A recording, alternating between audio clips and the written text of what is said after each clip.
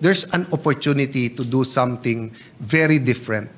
To really solve, to disrupt, but to be able to quantum leap. So, kumbaga game changer ang kailangan approach natin sa mga panahon na to. The Minority Leader, Senator Alan Cayetano, is recognized. Good afternoon, Mr. Senate President, our dear colleagues. And unang-una siguro, just as a manifestation and a thanksgiving sa ating Panginoon na yung nakita nating laki ng bagyo. Marami pa rin na pinsala, grabe pa rin ang tama sa ilan mga lugar.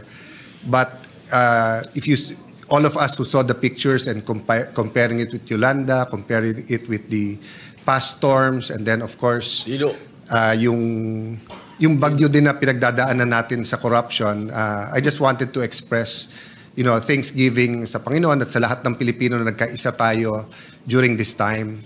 Having said that, it does tell me one thing.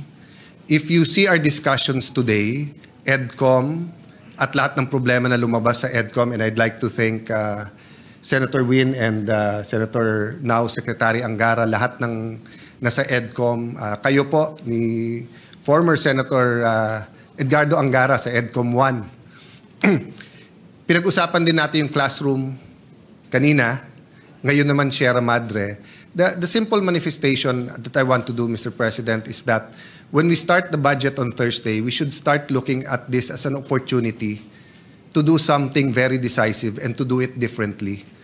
So usually every year we try to do it better. Each Congress, 17, 18, 19, 5, 6, 7, we try to improve, innovate. But itong disruption, itong gulo, itong nagdidebate po tayo, no? Senator Marcoleta, Senator Lacson have different points of view on many things, but I think in the end we all want one thing, di ba? Pag nagdadasal po tayo, sabi, your kingdom come here on earth as it is in heaven. At yung kingdom ng Panginoon ay maayos. So the manifestation that I want to make is that I look forward to working with all of you sa budget.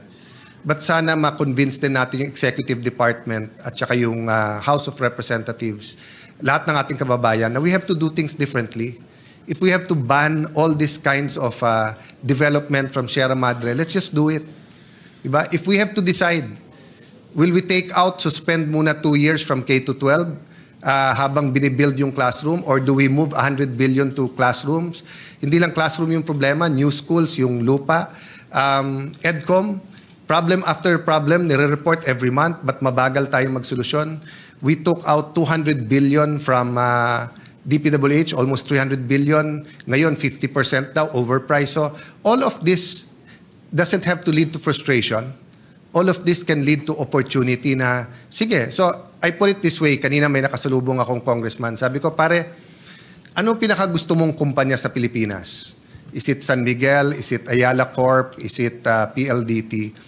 If I tell you gather 100 people today at bilhin natin, siguro kahit 1,000 taong kunin mo, hindi natin mabibili, di ba?